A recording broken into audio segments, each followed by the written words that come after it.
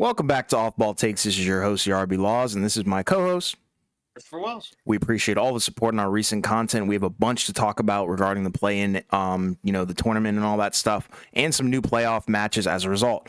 We did a couple of live streams over the past 2 days regarding the play-in, and we'll have one today, Friday the 19th, after both games are finished. So, please pull up on that. It's going to be amazing. It's fun, very interactive as well. We'll also have 2 more on Saturday and Sunday to cover the series openers for the playoffs, so please join us for those as well. And shout out to everyone who did interact in our previous streams.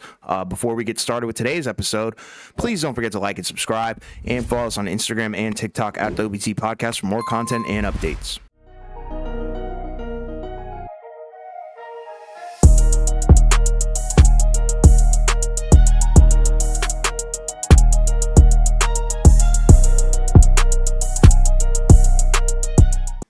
Yeah, so over the course of the last week, we've had 4 playing games, to kind of get us through some of these matchups. Not quite done yet because obviously we're recording on Thursday, and we'll talk about the Friday matchup. But the 7-8 ones have been completed, right? So obviously the winners of those get to move on to the 7th seed, and the losers have to play the winners of 9-10. So we'll start with the first night, right? It was Lakers, Pelicans, Warriors, Kings, right? So the Lakers pulled that one out 110-106, right? This was a game where I think we both, thought that the Lakers would win.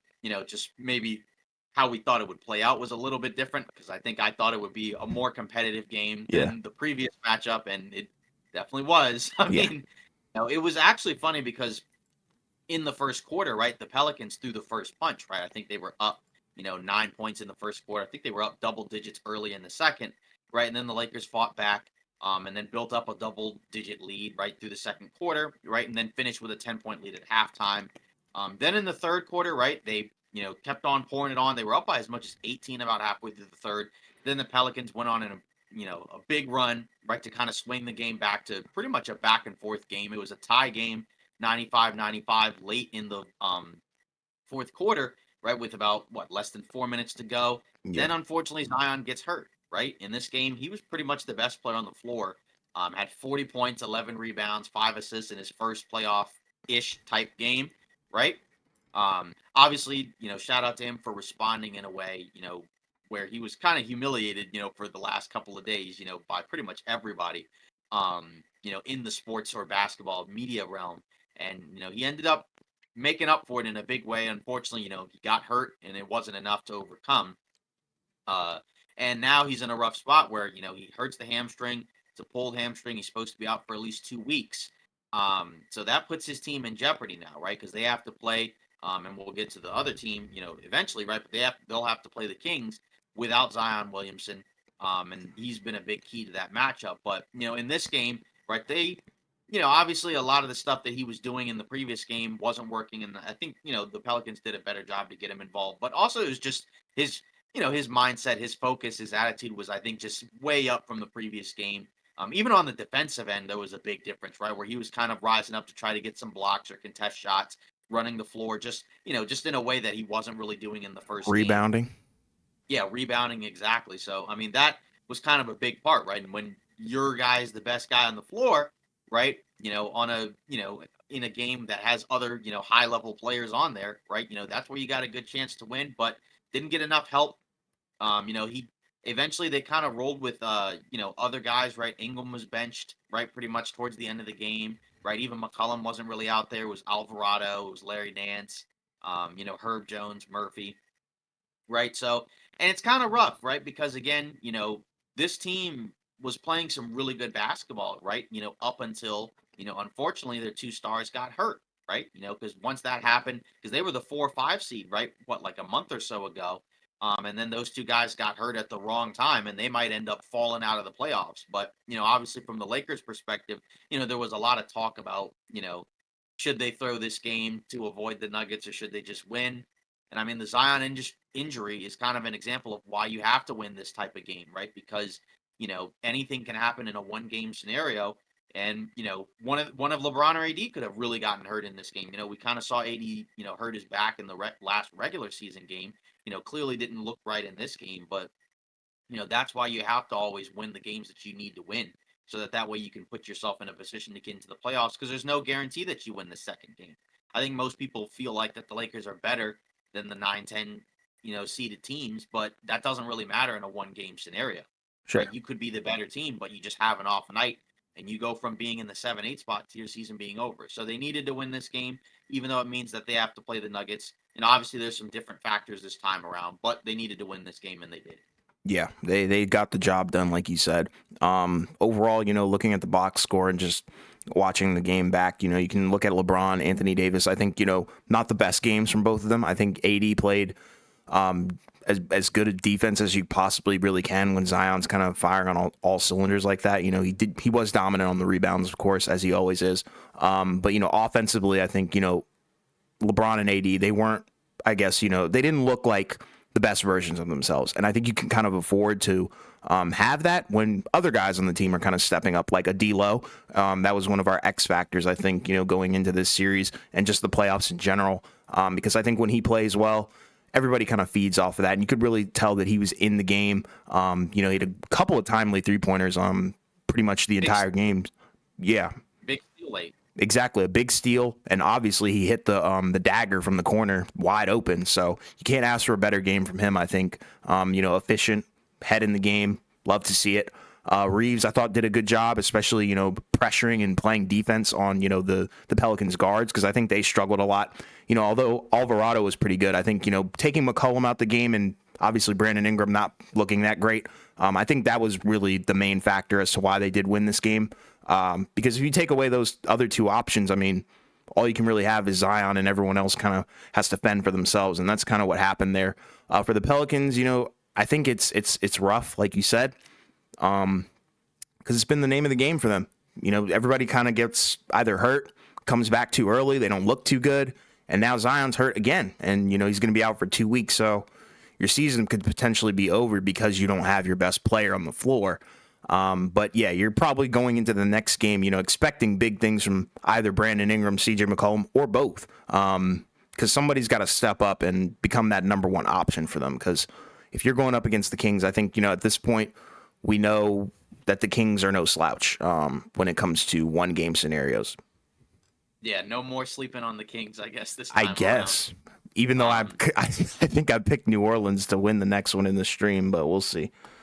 Yeah, so um yeah, and then obviously that sets up a matchup between the Lakers and the Nuggets, as we already talked about, Yeah. right? So rematch of last year's Western Conference Finals, except this time it's a first round matchup, right? Hmm. So obviously we know what happened last year, right? It was a sweep. The games were, competitive, right? All of them I think were decided by, what, like a few possessions or whatever. But, again, the Nuggets each time, right, late in the game pretty much closed it out, right? So I mean, we already know pretty much the keys in this matchup, right? It's kind of some of the same ones as last year. Obviously the Lakers role players, are a little bit different, and the Nuggets have a couple of guys that didn't really play in last year's series that will probably play this time around, Yeah. right? No more Bruce Brown or Jeff Green, right? But Christian Brown will probably play more.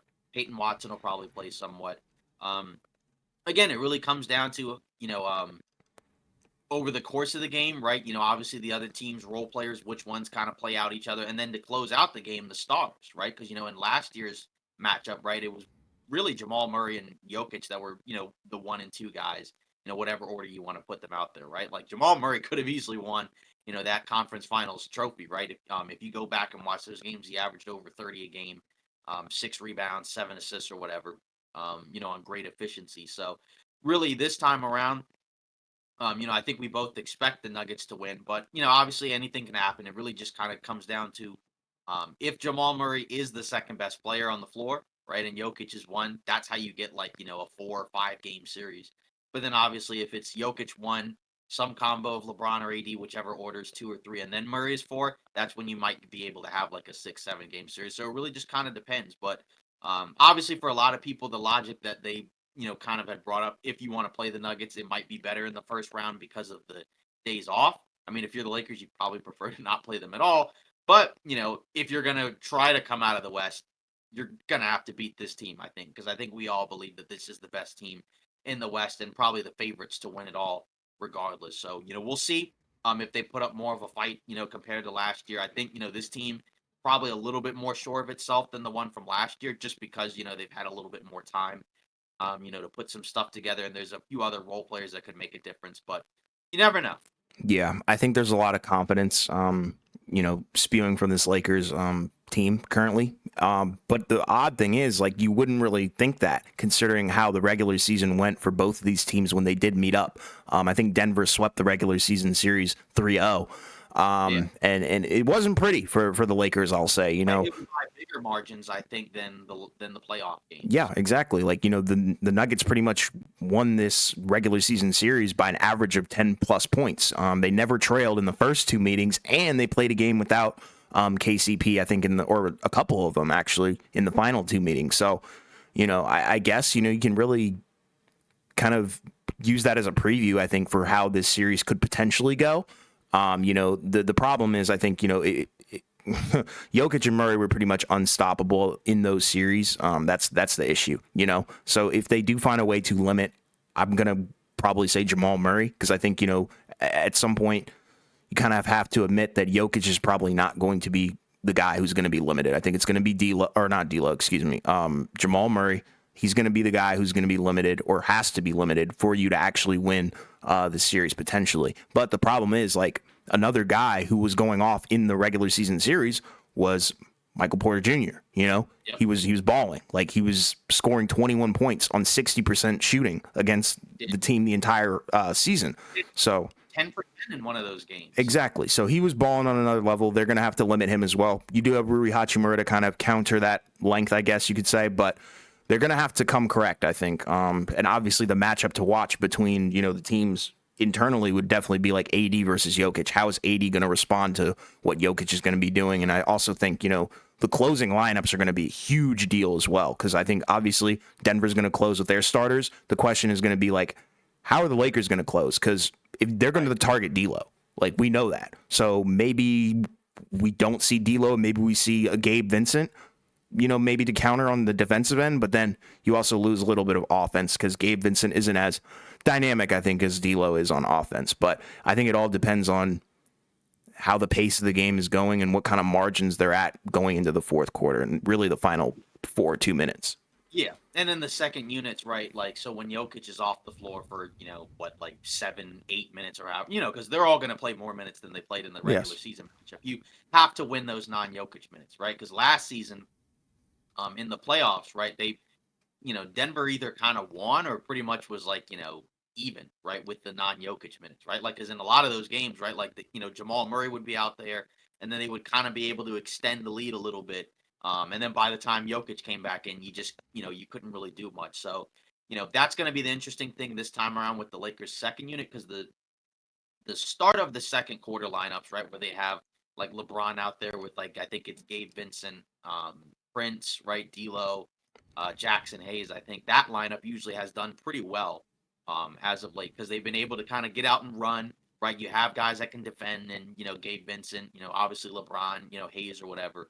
You're not completely tiny, but you don't have like a lot of rebounding there. You're kind of banking on LeBron to kind of do some other stuff out there. Right. So that's another key as well, is you're going to have to win those minutes better than you did last year. In addition to, like you said, at the end of the game, that's the most important part, because if you can get it to a close game, it's going to be tough, because again, the Nuggets are, better than pretty much anybody at the end of games for the most part, because of the way they're able to execute on both ends of the floor. Because it's not even just about the offense.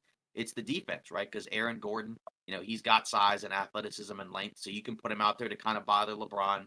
Obviously Jokic, even though he's not necessarily a rim protector, right? He can move his hands well, so you can, he can, intercept passes or kind of, strip ball handlers coming into the lane, right? Or he just takes up a lot, and he just takes up a lot of space, right? He can kind of put his arms up and just kind of just be a deterrent for somebody coming towards the basket. So that's going to really be the other factor as well. So, I mean, and then obviously the Nuggets role players, they play a factor too, because like you already mentioned, right, Michael Porter Jr., KCP, right, and then they need at least one, probably two bench guys to probably help out as well, right? I think Brown was not very good against the Lakers in that series, but if he's, a little better, and then if Peyton Watson is more playable, then that will probably be enough to put him over the top. But, we'll just have to see. Solid rotation.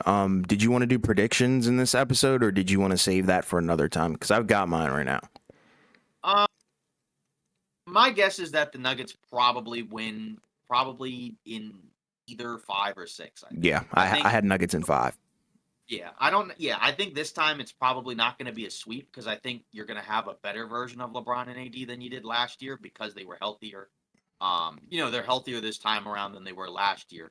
But I still think the Nuggets' firepower is probably going to be a little bit too much, to overcome at the end of the game because that just seems to be a problem for them, right? It hasn't been a great matchup because of the fact that it's a team that they're not bigger and more physical than. When they Right. play against a team that's a similar size or smaller, they can usually outplay that team pretty well. But if they play a team that's got a little bit more size and physicality to them, that's where it becomes a lot tougher. Yeah, and Yahoo Sports has put out the odds on this series. Denver's minus 350 favorite, so that Yeah, that kind so of that's tells you all you really need to know. Like the yeah, Lakers that's will probably win 1-2, and that's it. yeah. And then moving on, right? I guess we should talk about the Warriors Kings game, Yeah. right? Obviously 9-10 game, even higher stakes, right? Because the loser, your season is over. Hmm. And in that one, it was the Kings, right, who pulled out the win. That was a prediction that neither of us got correct Nope. pretty much at all, right? It ended up being a blowout, right? Not even really close. I think there were a couple of stretches where the Warriors were in it, but by and large, you could tell kind of early on that the Kings were probably going to win the game. Um, I mean, it was a combination of a lot of shot making, poor defense, I think, from the Warriors. The Kings out rebounded them, and it just kind of felt like, at a certain point, the Warriors just kind of, you could just kind of tell that they were like, we don't have a shot. We just don't have it in this game. And, with the Kings, shout out to them because, again, they put up, a really good effort in this game. They were obviously considerable underdogs. I think in most analyst terms, I know the Warriors were not favored to make the playoffs. I think there were a lot of people that thought they just would because you just assumed, hey, their path might be kind of easier because they'll probably play the Kings and beat them and then probably play New Orleans. But no 10 seed has ever gotten into the playoffs. And, this is kind of the reason why you're on the road. I know the Warriors have been really good on the road this year, but in a one game scenario, anything can happen. The Kings have been good at home. Um, Really, this came down to all five starters for the Kings pretty much played, you know, brought their A game. I mean, Fox was fine, right? Obviously he could have had a better game in terms of efficiency, but he played well enough, along with everybody else, right? Keon Ellis was, you know, insane. Yeah, Keegan Murray, had 32 to pretty much lead all scorers. Not a ton from the bench, right? Trey Hmm. Lyles, had I think 7 points, 5 rebounds, which is fine. Davion Mitchell had 5 points, I think 3 assists, 5 boards. A lot of offensive rebounds for the Kings, which is something that the Warriors have generally been really good at this year. I think they've been the best offensive rebounding team in the NBA despite their lack of size. But it was just a game where, again, when we talked about it in the matchup, I think we kind of said like pretty much everybody for the Kings, if they were going to win, which we didn't think they would, but if they were going to, they would all have to play really well. And they basically did.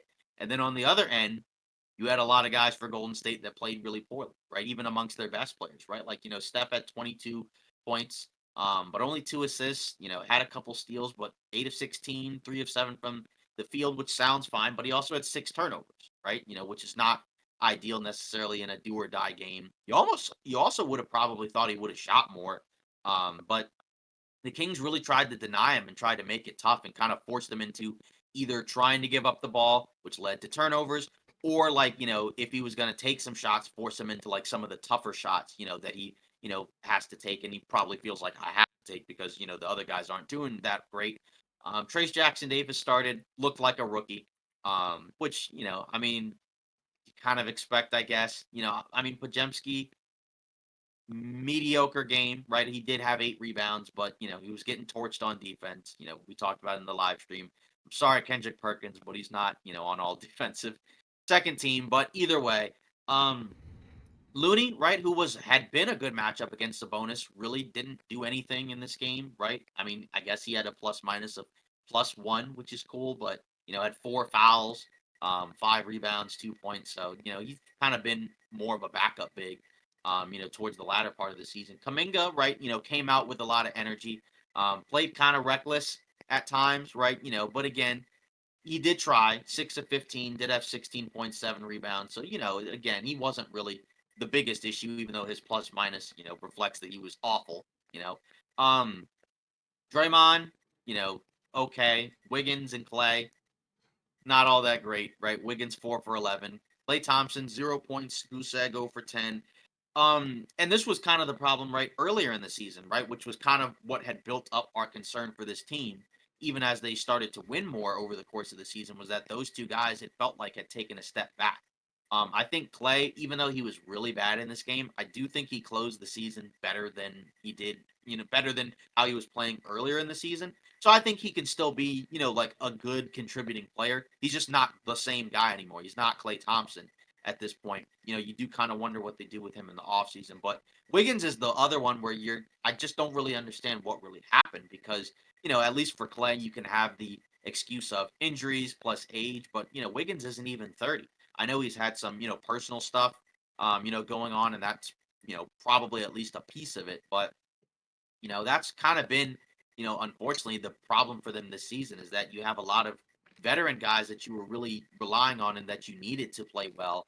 And in a lot of games, they just didn't really have it, and that's kind of been the case, right? Even Chris Paul, right? I mean, 3 points, 2 assists, didn't even really play because he didn't really do anything. I mean, so, and that's the guy that you traded Jordan Poole for, and in the biggest game of the season, pretty much disappeared. So, I Yeah, mean, Moody was good, right? Probably, if you can honestly say he was probably their best player, which is not a good thing, sure. in a game like this, even though he played well. So, congratulations to the Kings, right? They'll move on and play the winner, well, not the winner. They'll play New Orleans, right, for the right to be the 8th seed to potentially face Oklahoma City in the first round. So we'll see where that goes, obviously, because both teams are missing some key guys. New Orleans more so than Sacramento. Obviously, Malik Monk and Kevin Herter are important players, but Zion is New Orleans. That's their guy.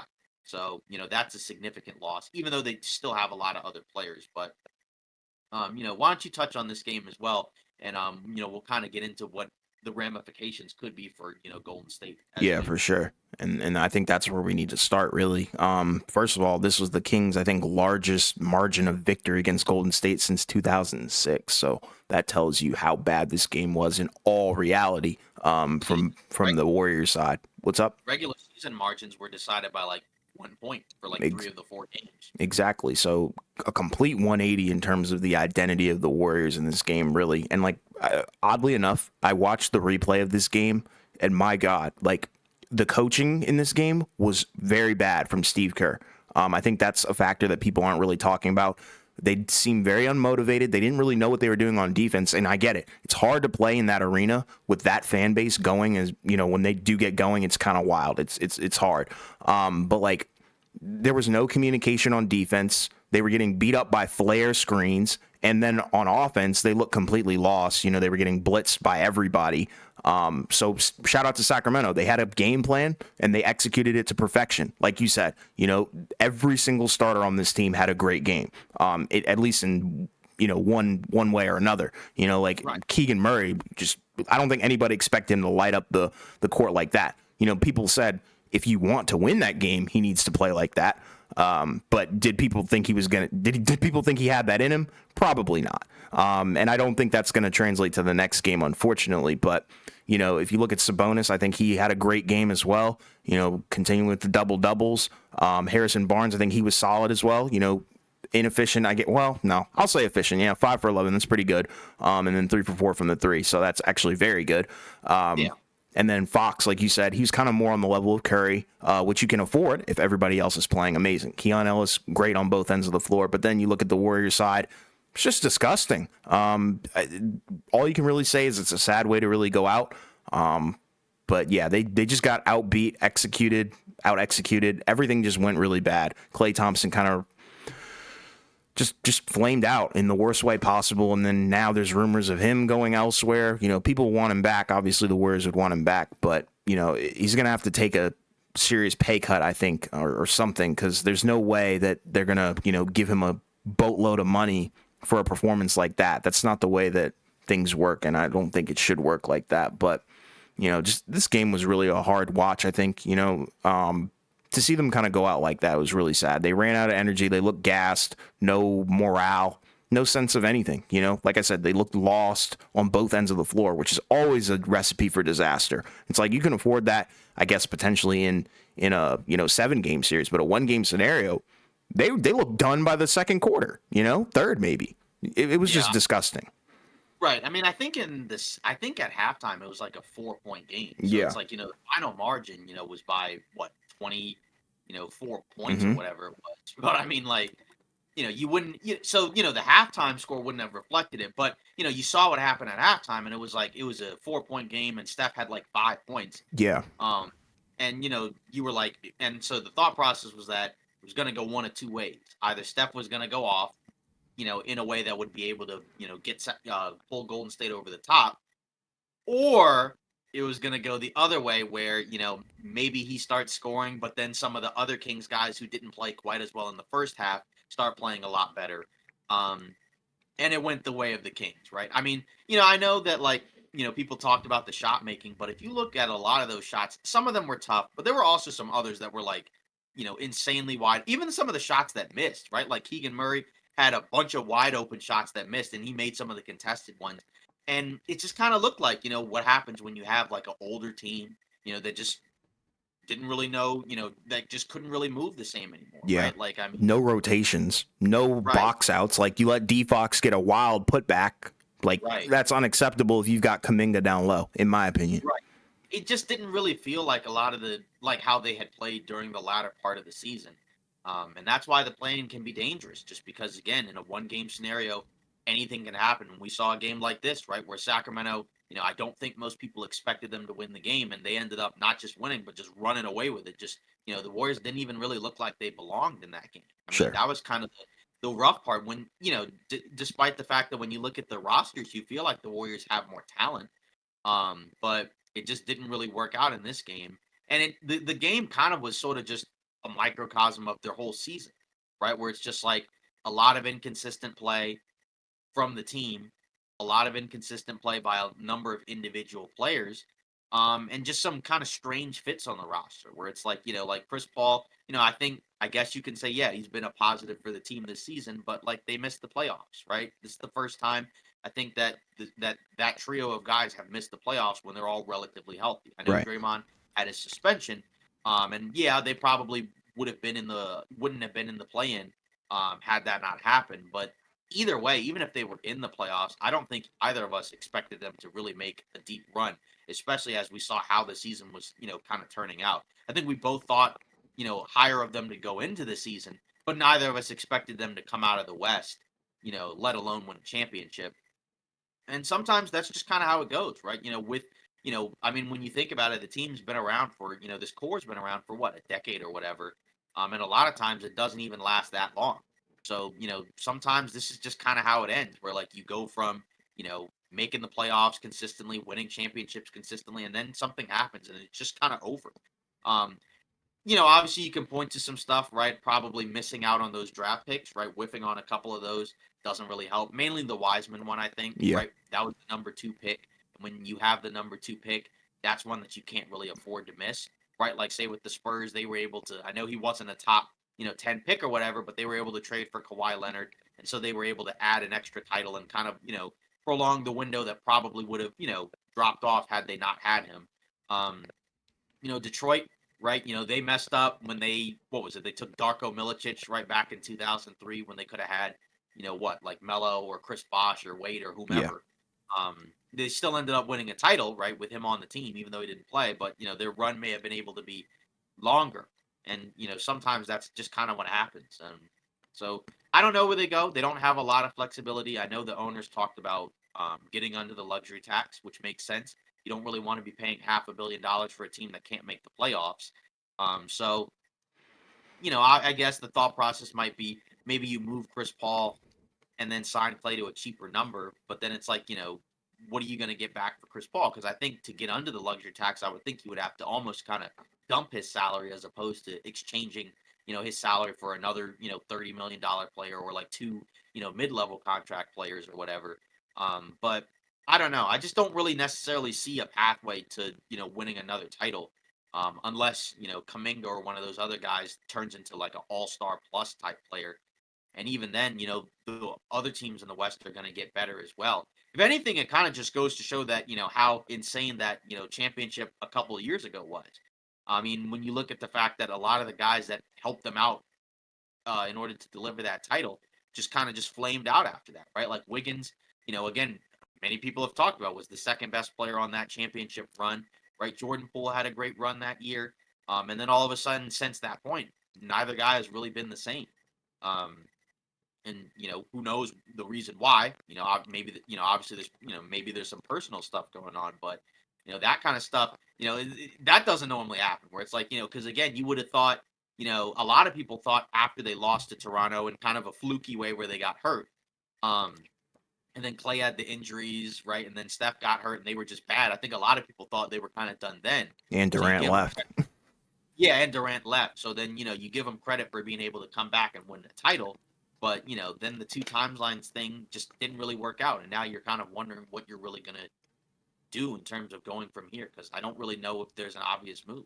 Yeah, and I think Chris Paul's value has been depreciated almost completely this season. I don't know a team that would be willing to really, take him on board unless, they're looking for mentorship at that point. But It's an expiring contract. yeah, It's not guaranteed. So I guess you could waive him, whoever trades for him, or Golden State if they wanted to bring him back.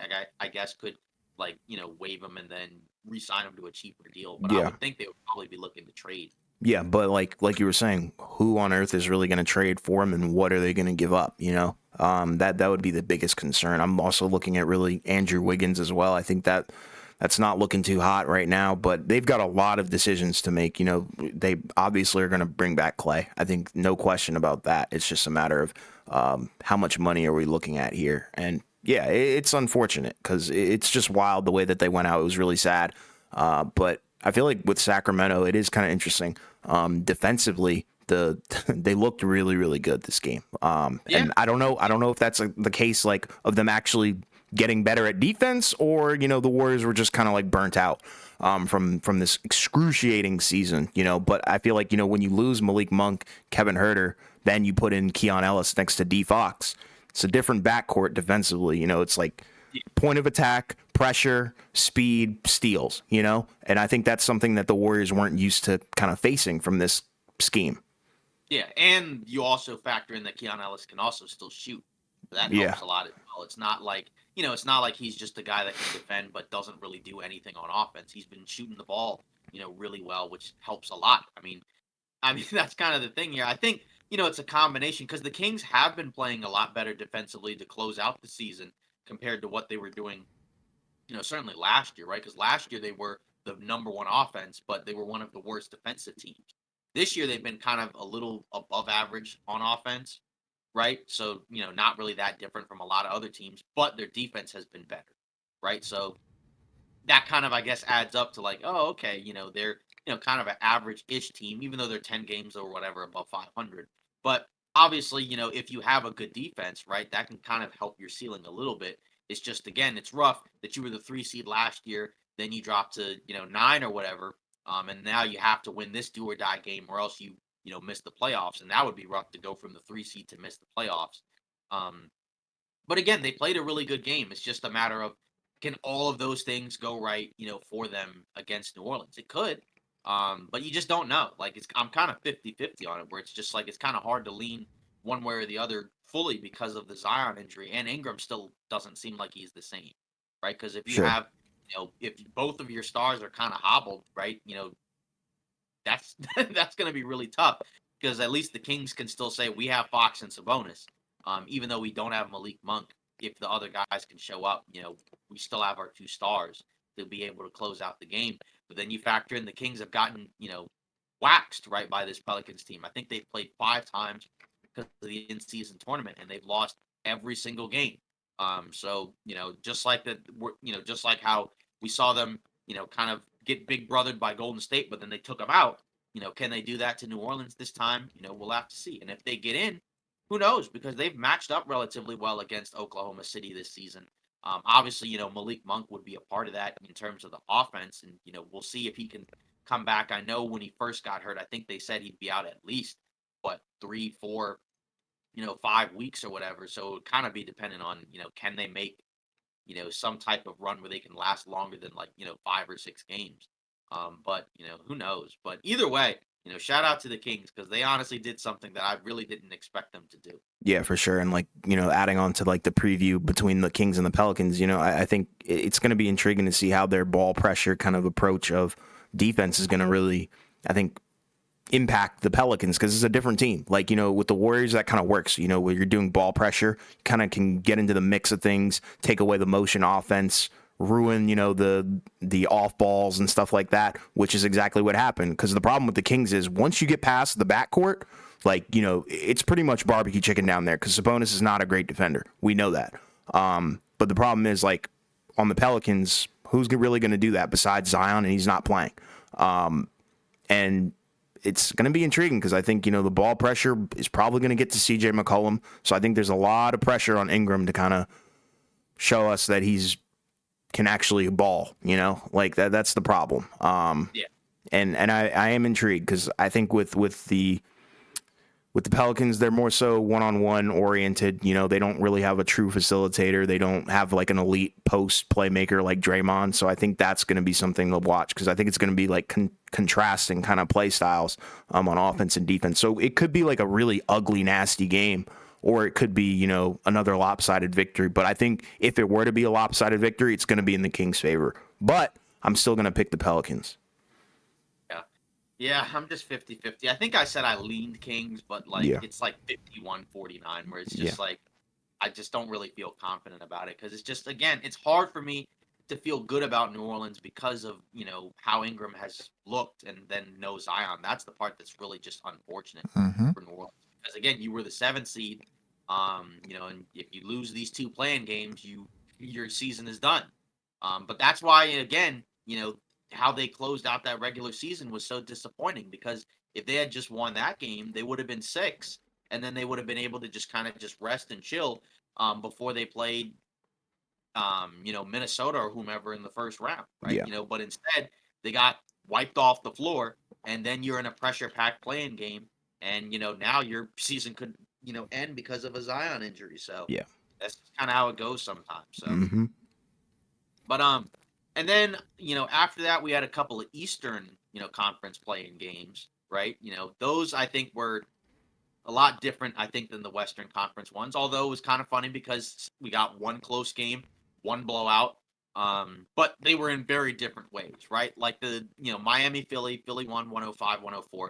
This was an incredibly ugly game to watch for the most part. Obviously, there was a lot of intrigue in terms of how it closed, but for the most part, it was a nasty game. I mean, nobody could hit anything early on in the game. And Miami surprisingly jumped out to a double-digit lead, in the first half. They were playing zone defense. Philly looked lost. They were turning the ball over. They couldn't score at all. Embiid looked really rough. And you just kind of wondered, like, is this going to be another one of those classic Philadelphia, playoff type meltdowns again? And then in the second half, something happened. Nicholas Batum basically happened, and just went on a stretch where basically kind of became like an elite 3-and-D player. Also the other guys, shout out the other guys for Philadelphia's second unit, right? Their bench, they showed up as well, right? I know Cameron Payne had 3 points. He hit a big three. I think towards the end of the third, right? Buddy Hield did a couple of shots, right? Obviously, Paul Reed, Nick Batum, right? Lowry started and had an okay game, kind of a revenge game, I guess, right? Mm-hmm. Considering he was traded from Miami and then to Charlotte and then was waived and was picked up by Philly. So this was really a game where a lot of the second unit guys for Philly kind of helped to win this game, right?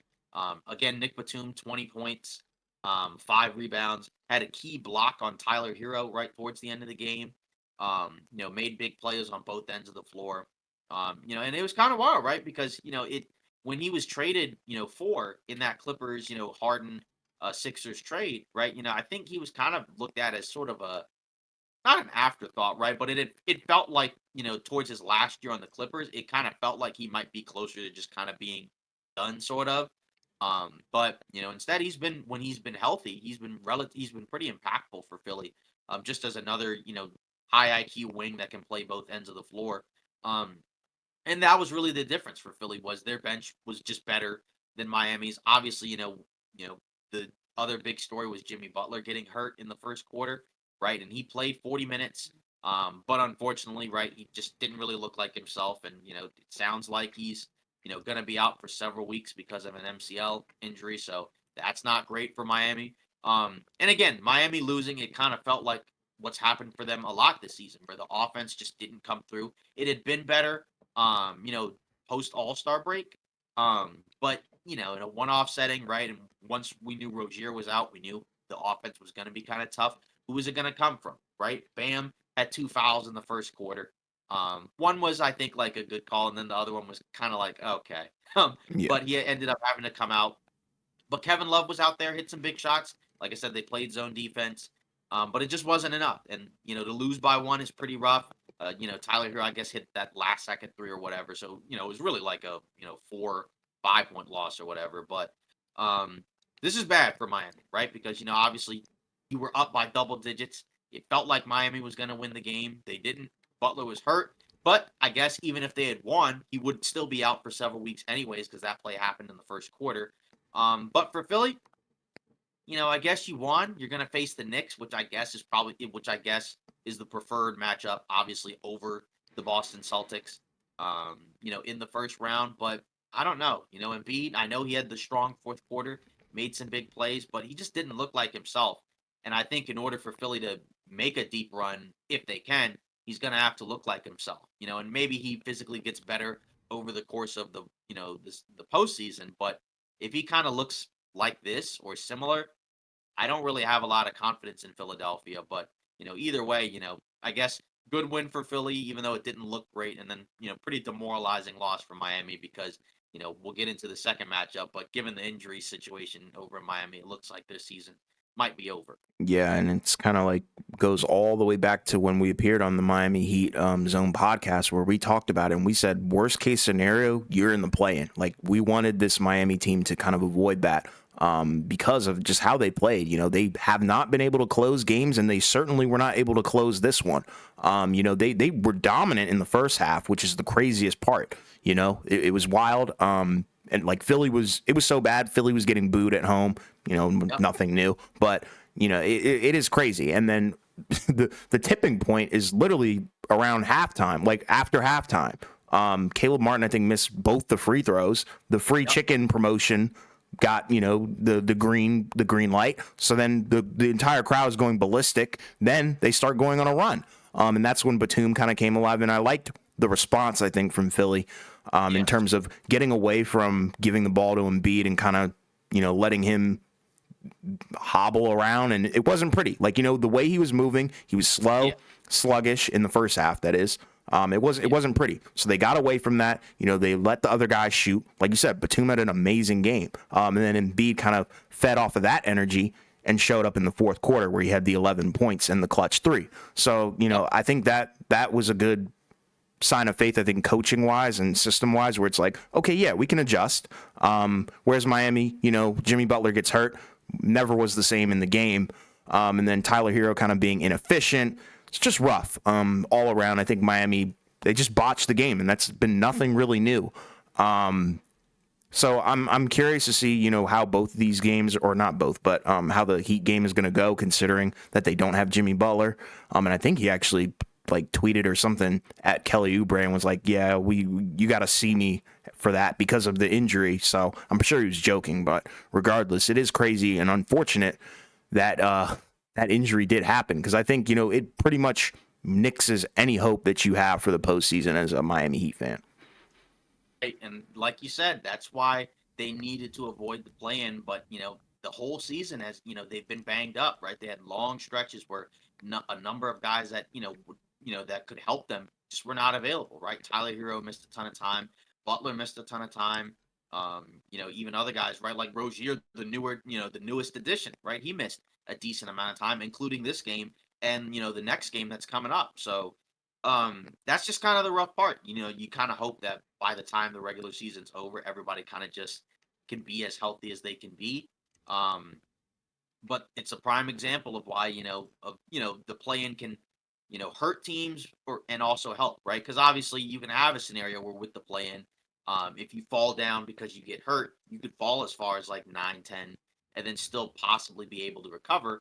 But it can also hurt you because if you have a lot of injuries, but you don't drop down to 9-10, but you fall down into 7-8, you still have to be in the play-in, Right. and then your season comes down to winning, the one game, possibly two, depending on if you're in the 9-10 spot or whatever. Right. So that's brutal because I mean, again, they had already had some guys out due to injuries, but now their best player is going to be gone. Um, and where is the offense going to come from? I mean, that's kind of the big issue, right? Because you're not going to have Butler, you're not going to have Rozier, and those are kind of those are two of your, best creators. Obviously, I guess other than Hero, who's probably better in more of like a tertiary role, as opposed to the role he was in today, where he was really like the lone guard, right? He took 27 shots, which was by far more than anybody from Miami. Yeah. And he made 9 of them, which is not great. So, um, I don't know. It's rough out here for the Heat because again, injuries kind of derailed them for most of the season. And it looks like it might possibly end their season. And then that's the rough part. Even if you win and survive, you're still not going to have Butler for a while. So Yeah. if it's several weeks, that means he's probably still not going to be available in the first round, and you have to have him if you want to beat Boston, or if you want any hopes of beating Boston. So that's tough. The plan kind of pretty much killed their season in a way, but Yeah. that's how it goes sometimes, unfortunately. So how do But we feel about 76ers Knicks? I think that's an intriguing one because the Knicks, they don't have Julius Randle, but then you look at Philly, they've got Embiid, but he's now nowhere near 100%, as you could clearly tell from the play-in game. So how are you feeling about this series? Because I think it might be one of the more polarizing ones in the East. because I think the natural inclination is to pick Philly because of the fact that when Embiid is healthy, they're just better. We didn't really, again, regular season matchups are kind of, always kind of a thing that you have to watch out for in terms of like sometimes it's just noise, right? Because I think the Knicks were 3-1 against the Sixers, but I think Embiid only played in one. Yep. Although in the one that he played, they got destroyed. So obviously, like you said, the Knicks are without Randall, but then you have to factor in. I think you could probably survive without Randall, for maybe a series, right? I think ultimately, if you want to get out of the East, you would need him. But we've already talked about him, right? Where he seems to be a guy, unfortunately, where in the playoffs, his numbers drop, right? His efficiency drops, Yeah. his impact drops, on both ends of the floor. Which again, you'd like to have him just so that way you have, a quality player to play. But this time around, that means that the ball's going to be in Brunson's hands more. He's been carrying the load for a while. It's been working. They are the 2 seed. So I think there is a chance I think the Knicks have a better chance to win the series than people expect. It really just kind of comes down to what does Embiid look like? Because I just think in order for the Sixers to be able to, pull off, a pretty convincing series win, Embiid is going to have to be close to what he was in the regular season. And again, we also have to see if he holds up physically over the course of a long series, right? Because, obviously he played in some regular season games, got hurt in one of them and came back, but, we still have to see what it looks like. So I don't know. Like I said, this is another one where I'm kind of 50-50 on it. Right now, because, the Knicks have home court, it feels like that the Knicks have a good shot of being able to pull off the quote unquote upset, even though they're the higher seed, because I just don't necessarily know if I can trust Embiid's physical health. If he gets better over the course of the series, or let's say like in game one, he just looks, let's say like it's like that play in game was just kind of a one off, kind of outlier, just horrible game. And then in game one against the Knicks, he looks like himself again, maybe. But if he's just kind of physically, I don't know, just out of it, I don't really know if the Sixers are going to be able to do it because I think you need your best player healthy to be able to win a series against a quality team. Yeah, Embiid was visibly gassed, and that's kind of why I'm gonna choose the Knicks as well. I think I have a lot of faith in Brunson and the boys at this point. OG Anunoby, he's back as well, so that's pretty good, and I think that Yeah. that's definitely a silver With lining him, in their series. with him, they've been great. Like Exactly. regardless of if Randall's out there. Exactly. So that's kind of, I think, where you feel a little bit better about the Knicks at this point, especially after seeing, a little bit of a preview potentially of what Philly's going to look like in the playoffs. I think, the Knicks, they'll look a little bit better in this opener. Yeah, it just and then obviously for the Knicks, it comes down to you kind of assume that Embiid's probably still going to be able to get the bigs in foul trouble. Still be able to get rebounds. He'll still be able to be a deterrent at the rim. So what do the Knicks bigs look like against Embiid? Can they slow him down at all? I mean, they have some Sure. size and physicality, but we'll see. And then the Knicks role players will have to show up, right? DiVincenzo, Josh Hart, McBride and Achua and other guys. They've been good, really good for New York. What does that look like come playoff time? Are those guys gassed, right? Because they've been playing significantly high minutes, right, during this latter part of the season, Yeah. right? Every game when you look, they're playing like 40 plus minutes. Some of these guys even play like basically the whole game. Yep. Um, so I guess they're kind of in a way prepared for, high intensity playoffs, but they could also just be gas. So, and Philly does have a lot of depth that, you could probably survive for a game, like a bad Embiid game, kind of like that, like a Yep. bad Embiid game, but everybody else was okay. So you could survive. But right now, I think you probably just have to feel better about New York than Philly right now. But again, if Embiid physically over the course of the series starts to improve and starts looking closer to himself, that's where Philly can win. But if not, then I don't know because he just hasn't really looked the same. Yeah. Agreed. I wholeheartedly agree. And then the other playing game, fire this one into the sun. But the Bulls did play really well. They looked really good. I know the Heck yeah. Hawks are kind of a stinky team, but either way, it was a destruction. We both picked the Bulls to win this game. We also both picked Philly to win that game. By the way, Yeah. almost looked bad for a little bit, but Yeah. I we was did scared. pick. Yeah, but for the Bulls one, we were pretty confident in that one, and they rolled Atlanta. Kobe White had 42.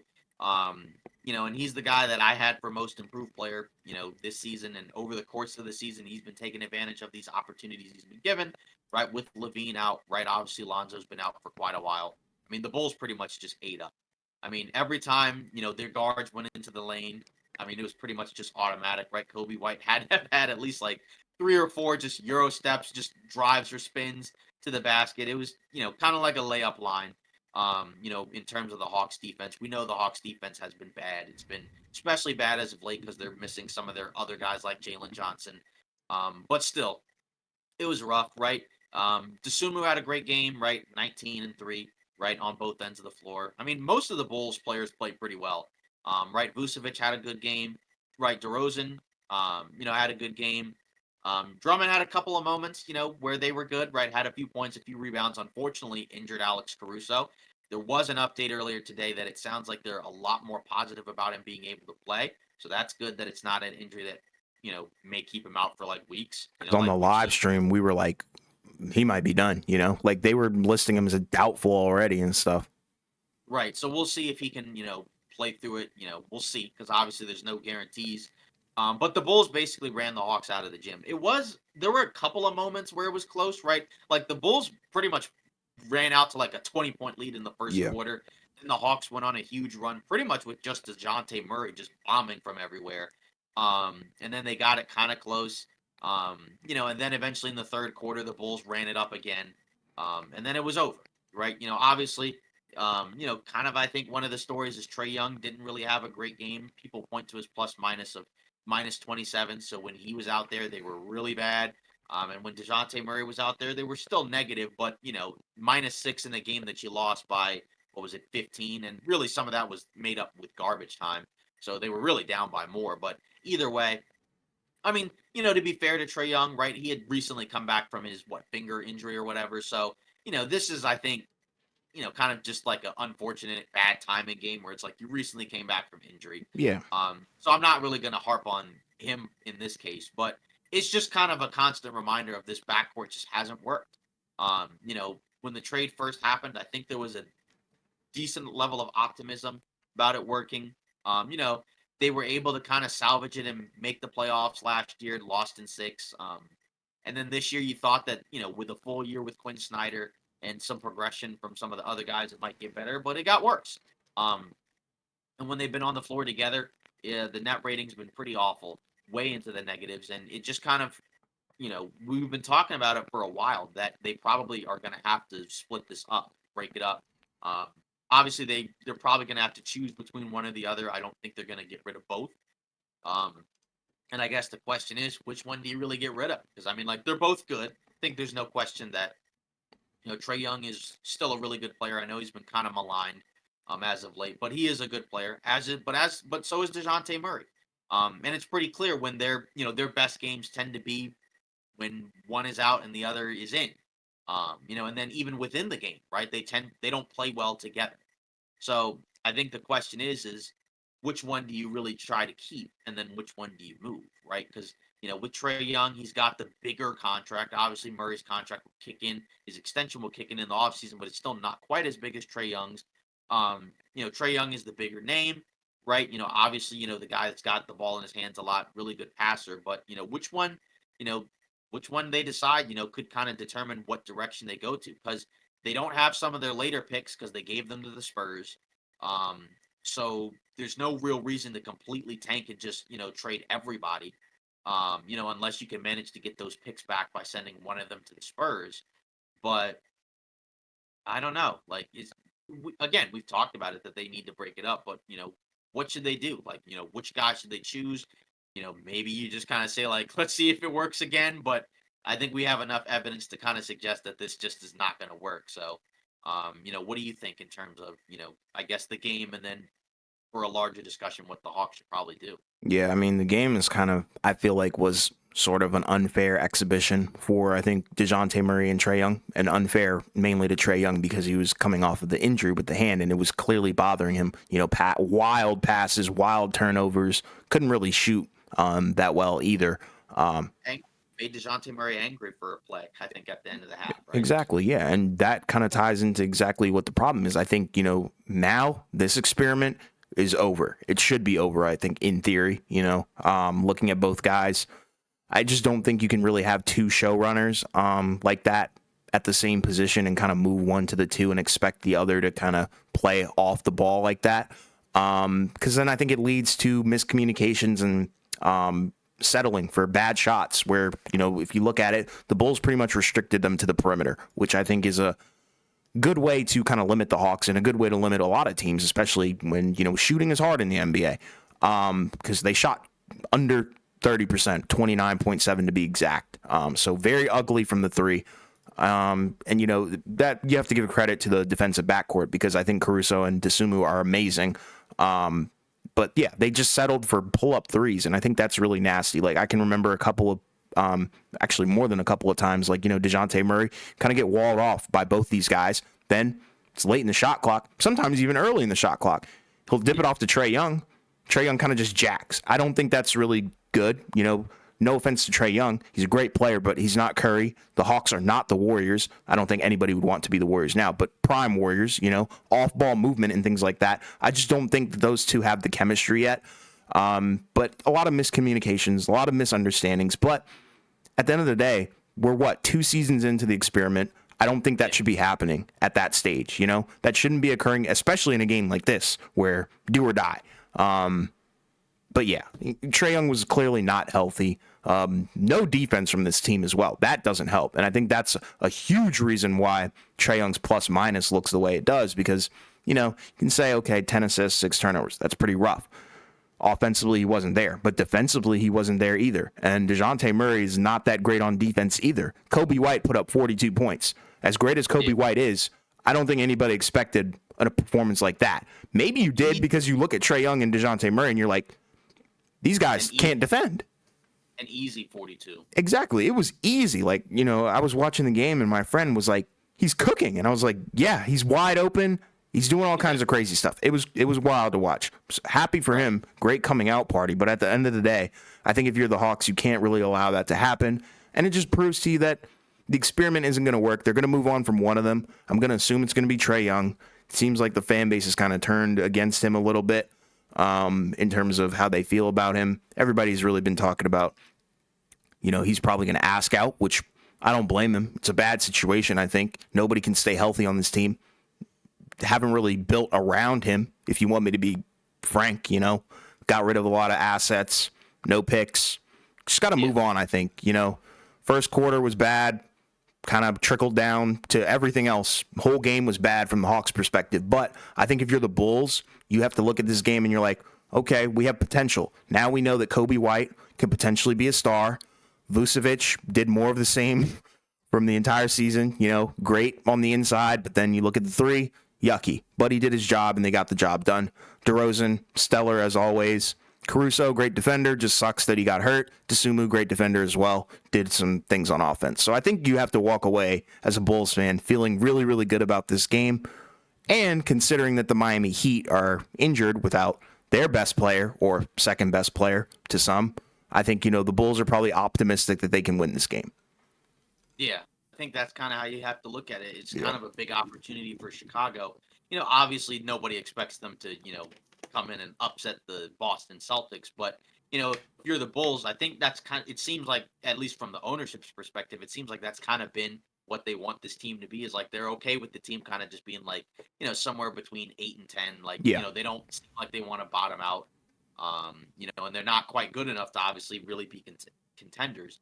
So I think, kind of mission accomplished, I guess, if you're Chicago. Now you just kind of have to go into Miami, and kind of finish the job. And they're probably going to do that without Jimmy Butler, unless Miami has a, really, really high level performance game. Maybe it happens, but Yeah.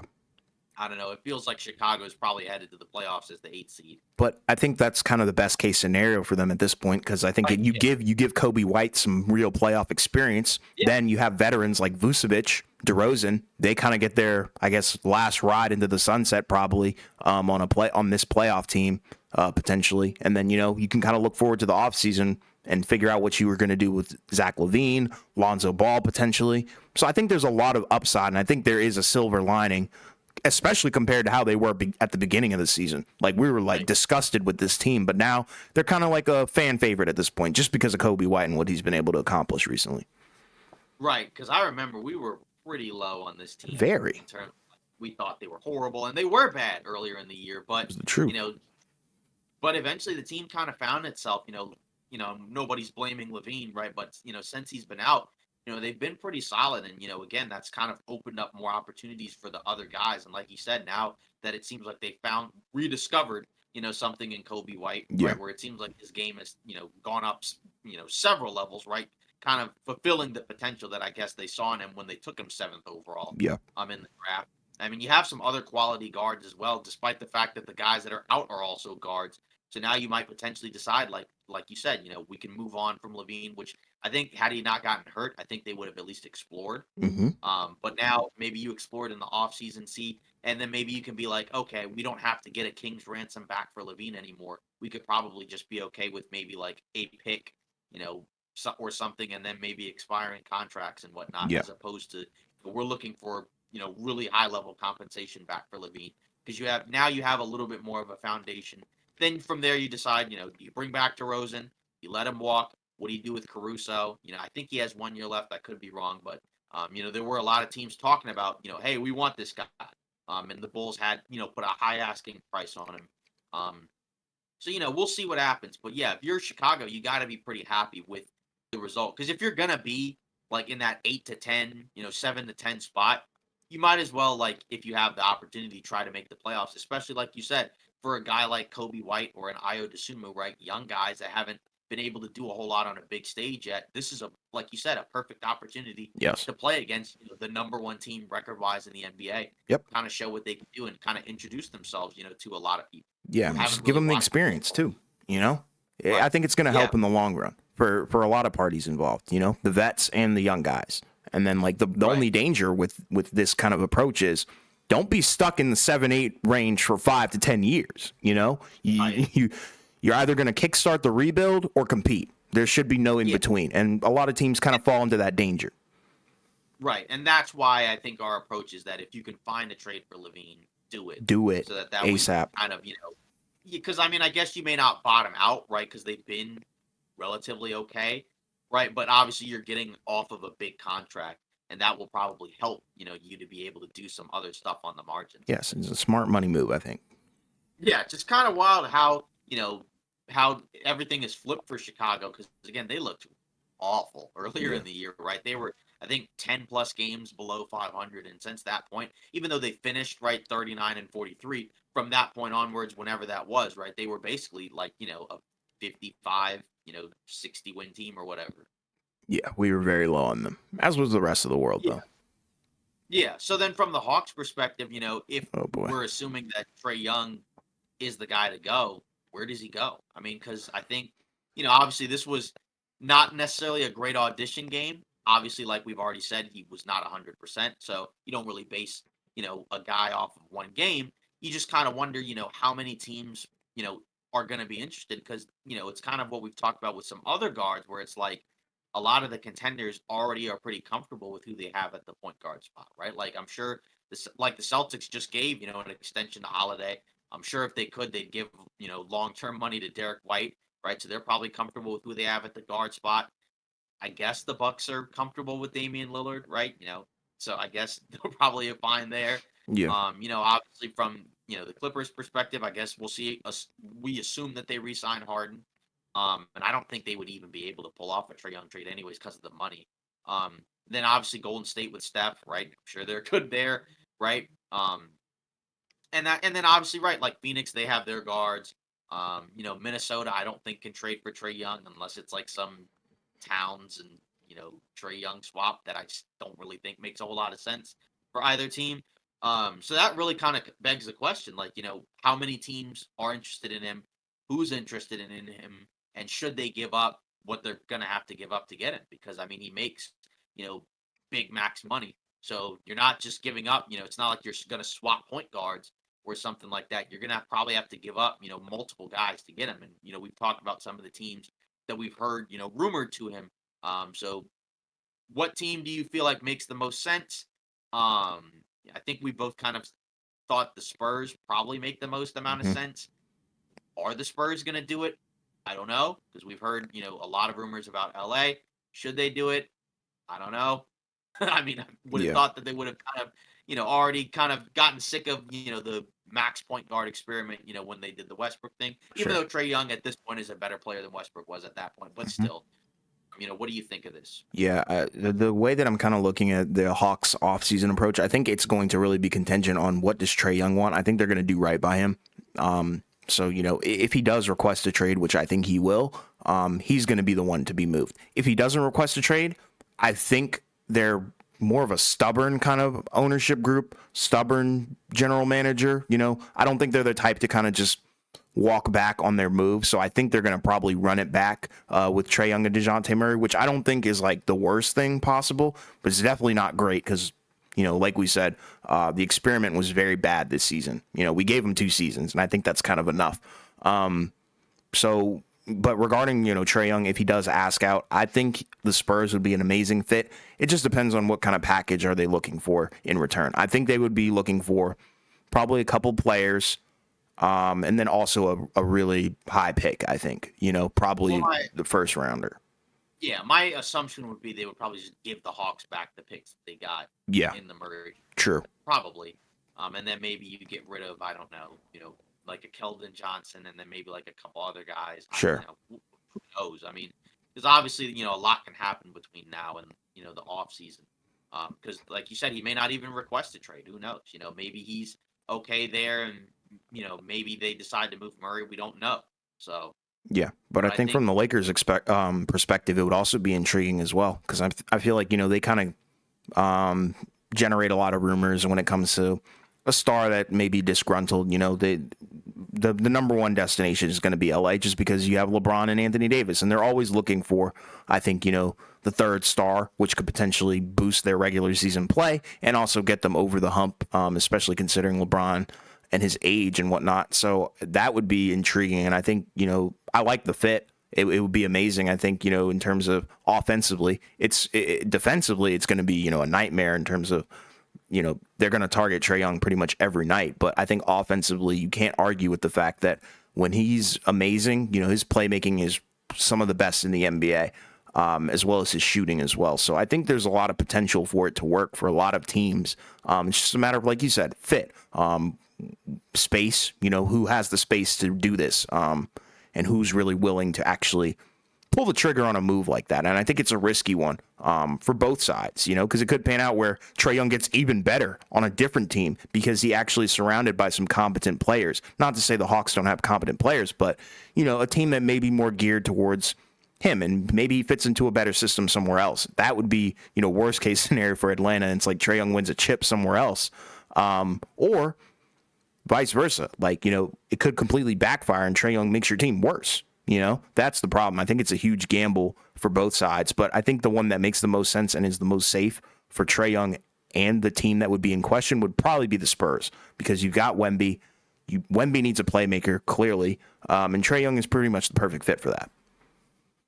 Right. Yeah, I think that's where it probably makes the most sense. It's just a matter of, are the Spurs going to pull the trigger on a move like that this early? Hmm. Because obviously, like, we know that Wemby is already really good. So he just needs some talented guys around him.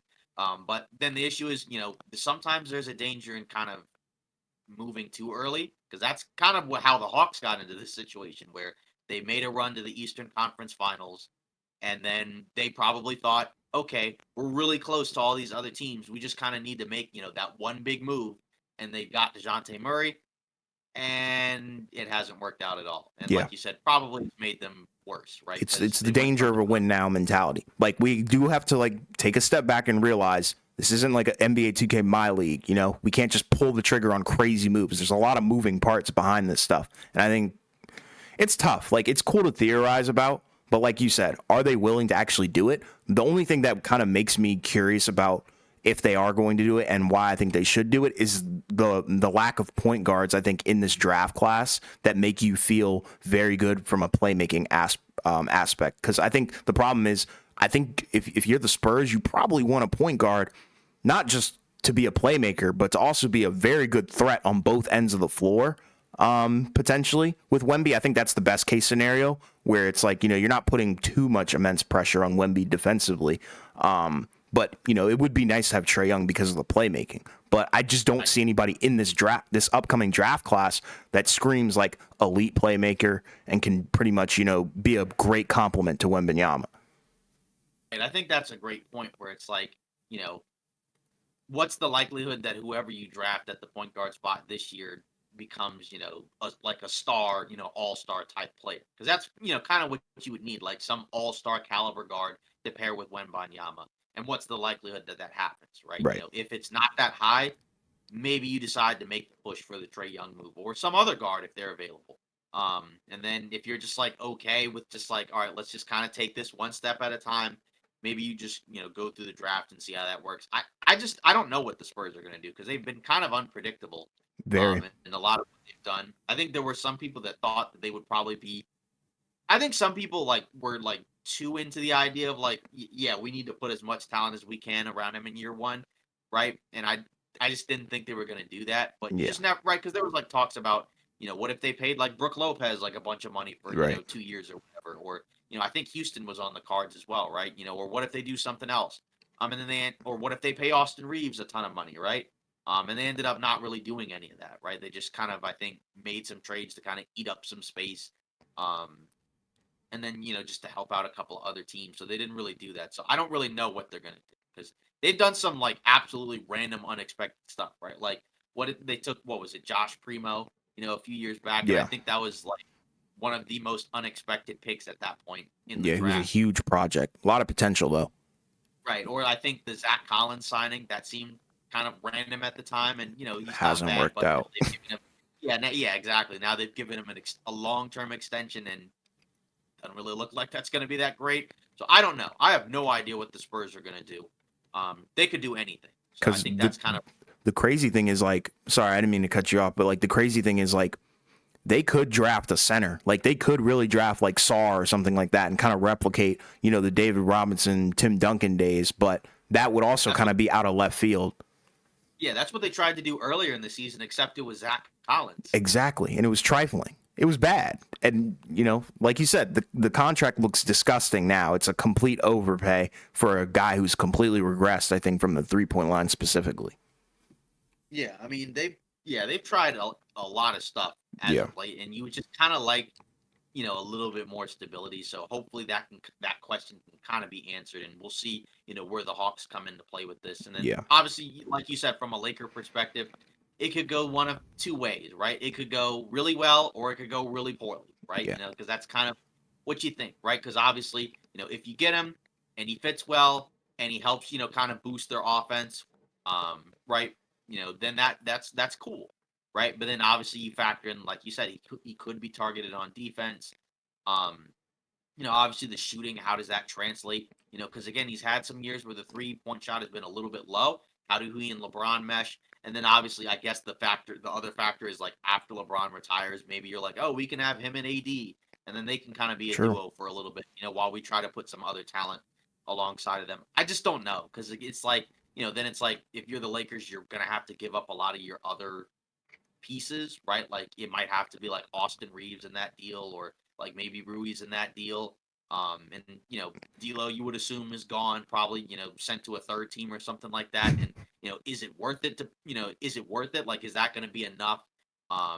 Is Trey Young good enough to kind of make up for giving up all those other pieces? Because I think you would like to keep some of those pieces around, but you can't. That's kind of the issue when we talk about Zach Levine, where it's like even though, again, Trey Young and Zach Levine are different players, but it's a similar dilemma where it's like one guy that makes a ton of money, and is it worth it giving up, a bunch of players for one guy?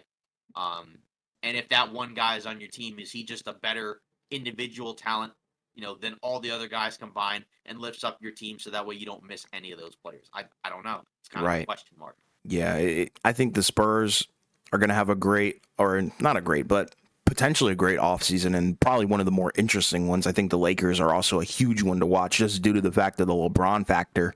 And is the roster going to look the same post playoffs? And we really got to think about it. I think their offseason is going to be contingent, just like pretty much all the other playoff teams, on how do they perform in the playoffs. And I think that's really going to be the thing, that's going to be the driving factor for both of these teams.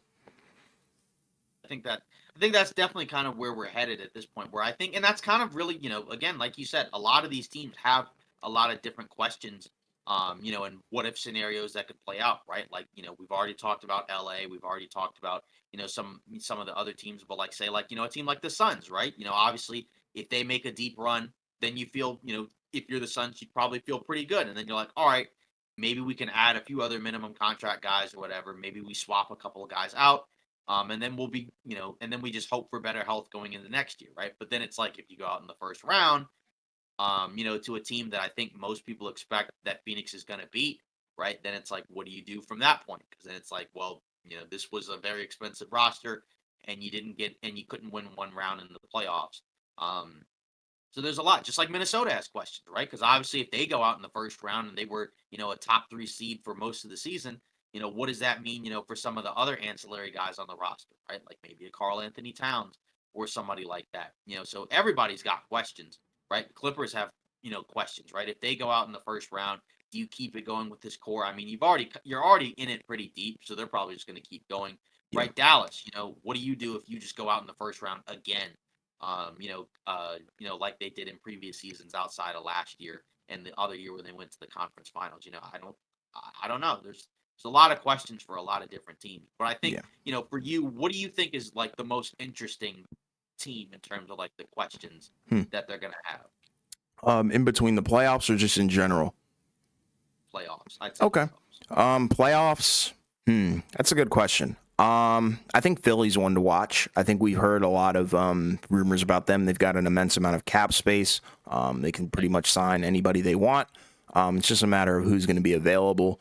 I would also look at probably Phoenix as well, just because of, like you said, it's an expensive roster. Luckily, they avoided the play-in, Yeah, but it's just, will the move come back to bite them, or will it pay off? That's kind of like the question that I really want to be answered, and I kind of want to see what they do next season potentially, if they do exit early, or like you said, if they go all the way or something like that.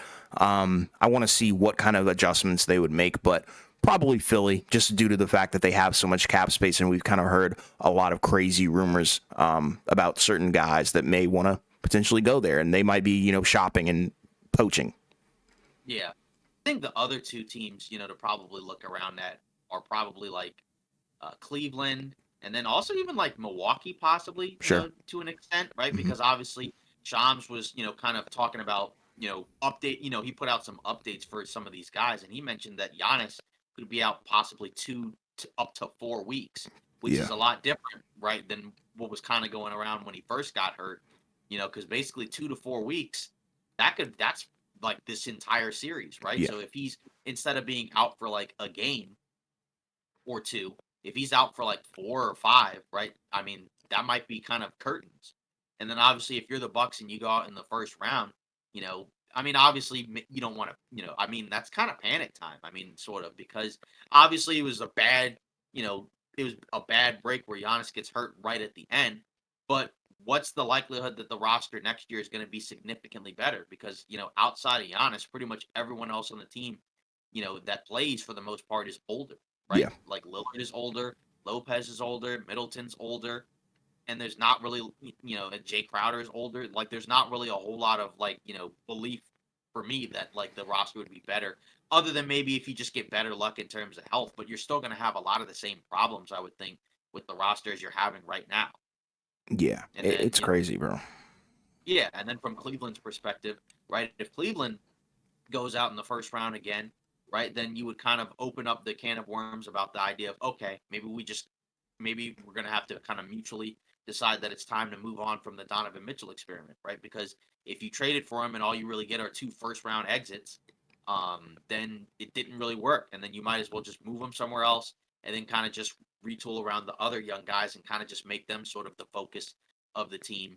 Because I think that if you can get back like a decent package, right, like you could still be a playoff team, I think, with the other guys. It just is a matter of obviously if they continue to grow as well, right? Because Garland, it feels like, has kind of had a little bit of a down year compared to last year. Obviously, you spent a decent amount of time hurt, and that's the other factor too, because this was a year where a ton of guys missed a lot of games individually. So maybe it just kind of comes together in the playoffs, or it could just kind of blow up in everybody's face like it did last year. So I think they have some big questions as well. Yeah, and I think like with Cleveland, they're such an intriguing team because I think with Garland and Mobley, I feel like their growth might have been stunted potentially. I think really Garland specifically by bringing in Donovan Mitchell because I think he's such a ball dominant player that I think he probably needs the ball in his hands a little bit more than he currently does. And I think, he needs to be more aggressive. And I think that's when you get the best version of him and, probably the max potential version of him as well. So I think they do have a crazy question as well, because I think Donovan Mitchell also, that kind of could be the catalyst for every other team, that's also shopping for a star as well. Like, the Lakers, like, they might be intrigued in putting together a package to acquire Donovan Mitchell. I don't know if that would work money wise, but I've heard the rumors. So I think anything is possible, but it all depends on, do they exit? And especially, is the exit going to be as bad as it was last year? I'd say it's a loss. It's a lost cause. Like, there's no point in continuing with that roster, considering, just the amount of exits that you've already had and the amount of exits Donovan Mitchell has had already as well. Kind of, yeah, it's kind of the issue. And then, you wonder, like, maybe a team, could Brooklyn possibly, swoop in on something like this, or, Sure. maybe Houston decides to move a couple of young guys and bring in Mitchell. You just don't know. Yeah.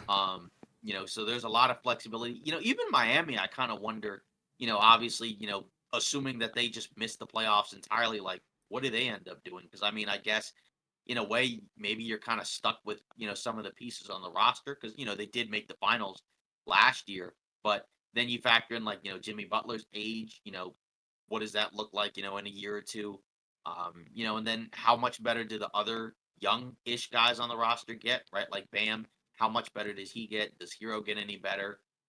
I don't know. Like, like, what do they end up doing? I guess, I think that would kind of be an interesting team to look at as well, just because they could be in a spot where the league might have gotten a little bit better and maybe they didn't get better enough to kind of be able to stay up there with the rest of the East. But you could also just chalk it up to terrible luck in terms of injury. Maybe we'll have better luck next year, but I don't know. There's just kind of like a lot of, question marks for them as well, I think. Yeah, for sure. I think there's question marks for pretty much every top six team, I think. Yeah. And then, moving on, few stories, right? Jonte Porter, right? So we finally got, a verdict or whatever, for him, and he's been banned from the NBA, right? So, obviously, if you've been following what's been going on, right, there was a bunch of stuff where, sports betting, right? Gambling, right? Tipping off guys, getting some money out of, kind of playing some of the, odds or whatever, right? Like, kind of gaming the system, right? And that's kind of pretty much what happened here. Just not smart decision making at all. I mean, just Not at all. Yeah. I mean, it's not really worth it. I mean, again, the money he got back wasn't really a ton, right? And considering his contract, he was on a two-way deal.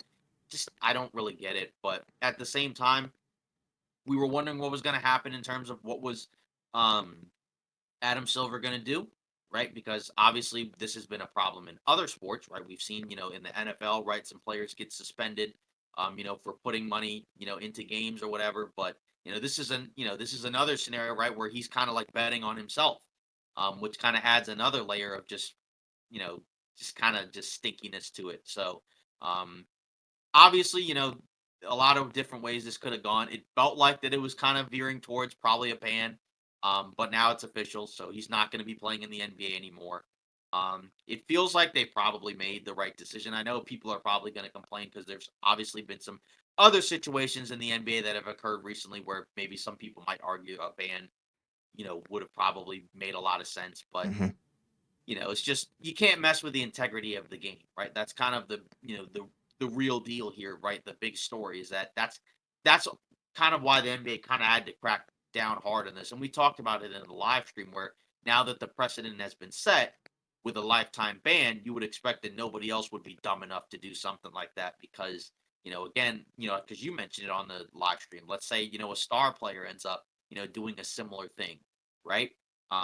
If that were to happen, right, they would get banned. That's just not a good thing, right? You can't wager on these games, especially if you're in some of these games and you're kind of tipping off people what you're going to do as well. It's Yeah. just not great. And talking about your health and disclosing it, not cool. Unsavory acts for sure. And like the thing that I am glad about is, they're made an example out of him, which I think needed to be done. Because I don't think, like you said, I hope that nobody would be dumb enough to actually do this again. I don't know. It's just crazy the amount of money, that is at stake with this certain individual is laughable, honestly, in terms of the scale in which we're talking about money on an NBA player's salary. The money to a general person, average guy, girl, it's like, okay, that's a lot of money. But then you look at him and it's like, what are you doing? You're risking all that for chump change at that point. It's crazy to me. Glad they kind of got in and out of there with this investigation. Glad it didn't drag on, and I'm glad that it's not really taking away from a lot of the playoff and play-in hype, which was my concern as well. So I'm glad they got rid of it. Raptors, they fully supportive of the league's decision, as they should be. It's just crazy. Like, he was tipping people off to his health, the unders, and just dumb. Like, and the way that he got caught was hilarious too, because the draft books, or the books, they were looking at it. They saw a spike. Like, if somebody's winning millions of dollars, that parlay or whatever the bet is, it's going to draw the eyes of everybody who's working, the higher ups. So obviously they flagged it, and then they saw the spike in interest. So just dumb. But like you said, hopefully it never happens again, and hopefully doesn't happen with a higher tier player, because I think that would doom sports betting in the NBA for a long time.